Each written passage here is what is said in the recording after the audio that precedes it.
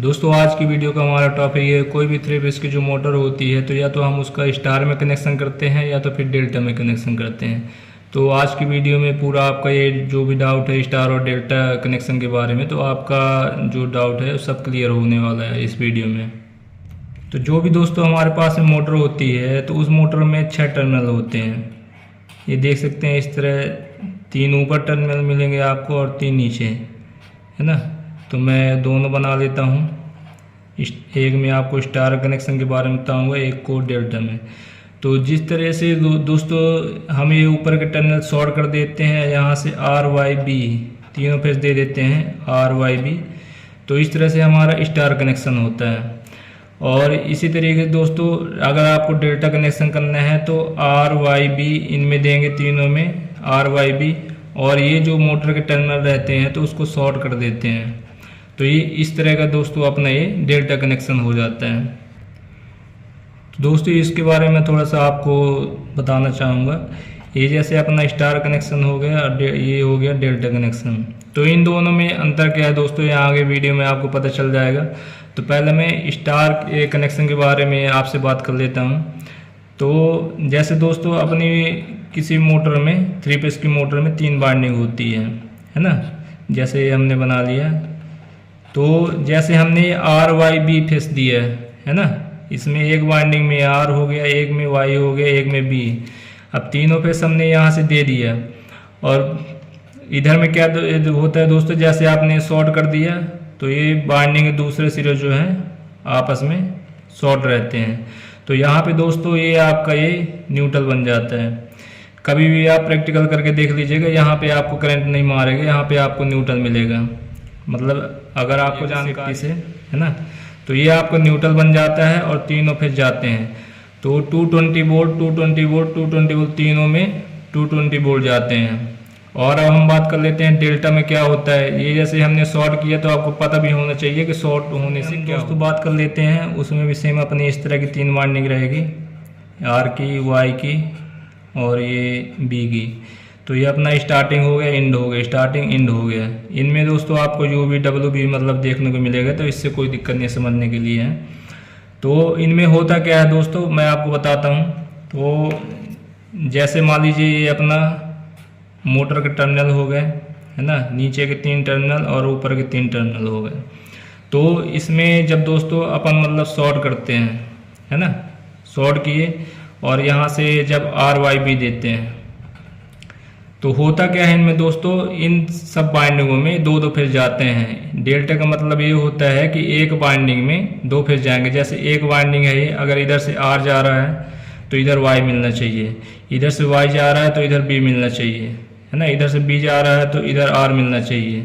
तो सेम इस तरीके से होता है। तो कैसे होता है दोस्तों, कोई भी मोटर आप देखे होंगे ऐसे रहता है। जैसे RYB आपका हो गया, तो जैसे आपने इधर से R फेस दिया है ना, तो ये कॉइल का स्टार्टिंग पॉइंट हो गया, है ना, यहाँ से R का स्टार्टिंग हो गया। और ये जो सिरा आपको मिलेगा तो यहाँ ये बीच में मिलेगा। और आपको बताने की कोशिश करूँगा दोस्तों, ये जैसे यहाँ पे आपका R फेस आपने दिया है ना, ये स्टार्टिंग पॉइंट हो गया। अब इसका दूसरा सिरा कहाँ पे है, ये यहाँ पे है, दूसरा सिरा आपका यहाँ पे निकलेगा। तो इसमें कौन सा फेस जा रहा है, Y। तो इधर से इसको R मिल गया, इधर से Y फेस मिल गया। अब ये Y वाला स्टार्टिंग पॉइंट ये हो गया आपका, है ना, ये यहाँ पे आप ध्यान दीजिए, Y वाला स्टार्टिंग पॉइंट ये हो गया। और एंड पॉइंट में कौन से फेस की सप्लाई मिलेगी, देखिए स्टार्टिंग वाला पॉइंट ये हो गया और ये एंड वाला पॉइंट इसका ये रहेगा, है ना। तो इसमें कौन सा फेस जा रहा है, B जा रहा है। तो इधर से इसको Y फेस मिल गया, इधर से B फेस मिल गया। अब बात कर लेते हैं इसी तरीके से B फेस का स्टार्टिंग सिरा जो ये है और एंड सिरा, इसका एंड सिरा कहाँ पे है, ये है ना, यहाँ पे एंड सिरा आ जाएगा। तो इसमें कौन सा फेस मिल रहा है, R। तो डेल्टा कनेक्शन में इस तरह से दोस्तों हर वाइंडिंग में 2 फेस जाते हैं, है ना। तो इस तरह से दोस्तों तीनों वाइंडिंग में 440 वोल्ट आपका चला गया, है ना। ये तीनों वाइंडिंग में आपका 440 वोल्ट गया। और स्टार में क्या होता है कि हर कॉइल में आपका 220 वोल्ट जाता है, 220 वोल्ट की सप्लाई जाती है। तो ये इस तरीके से मतलब रहता है स्टार और डेल्टा कनेक्शन दोस्तों। तो ये कॉन्सेप्ट आपका क्लियर हो गया। तो अब हम बात कर लेते हैं दोस्तों कि स्टार और डेल्टा में अपनी मोटर कैसे वर्क करती है। तो जैसा आप सभी लोग जानते हैं कि मोटर जो है इसमें मैग्नेट बनता है। तो जाहिर सी बात है दोस्तों, जब 440 वोल्ट मतलब जाएगा अपनी मोटर में, है ना, तो यहाँ जो मैग्नेट बनेगा वो हाई बनेगा। और ये जब हाई बनेगा तो इसमें जो रोटर लगा रहेगा, है ना, तो उसमें हम पंप चक्की की मोटर जुड़ी है, कुछ भी जुड़ा हुआ है, तो वो वर्क भी उसी प्रकार से मतलब करेगी। और जो अपना इसमें हर कॉइल में 220 वोल्ट जाता है, तो इसका जो मैग्नेट बनेगा यहाँ पे स्टेटर में जो मैग्नेट बनेगा वो कम बनेगा, है ना, और जो स्पीड भी इसकी जो है धीमी रहेगी। अब दोस्तों किसी मोटर को हम डेल्टा में मतलब चला रहे हैं ना, डेल्टा कनेक्शन में चला रहे हैं, और मान लीजिए इसमें हमने कोई लोड कनेक्ट कर रखा है और उसमें कोई लोड ही नहीं है ना, मतलब खाली चल रही है मोटर। तो इससे क्या होता है दोस्तों, अपनी मोटर की जो एफिशिएंसी रहती है वो कम हो जाती है। तो जैसे एग्जांपल के लिए ले लेते हैं दोस्तों, जैसे अपने पास में 5 किलोवाट की मोटर है और वो अगर 50 से 70% एफिशिएंसी में काम कर रही है, तब इसका डेल्टा कनेक्शन सही है ना। और यही मोटर अगर 20 से 25% एफिशिएंसी में चल रही है, लोड पे चल रही है, तो इसका डेल्टा कनेक्शन जो है वो गलत है। तो इस तरह से आप समझ चुके होंगे दोस्तों। जैसे मान लीजिए, अब आपको पता कैसे चलेगा कि ये मतलब अपने फुल लोड पर काम कर रही है कि नहीं।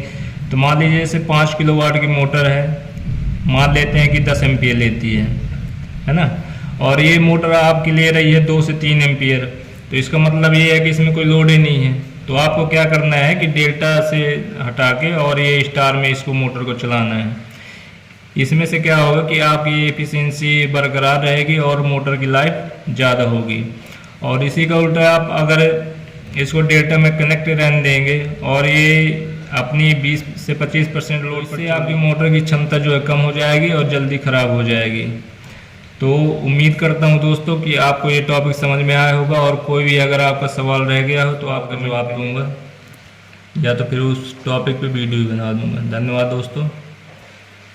और एक बात का ध्यान रखिएगा, जब आप इसको स्टार में कनेक्ट करेंगे तो OLR की जो सेटिंग है उसको आप एम्पियर के हिसाब से ही कर दीजिएगा। नहीं तो क्या होगा कि आपका एम्पियर ज़्यादा में सेट रहेगा और जैसे लोड बढ़ेगा तो प्रॉब्लम हो सकती है मोटर में।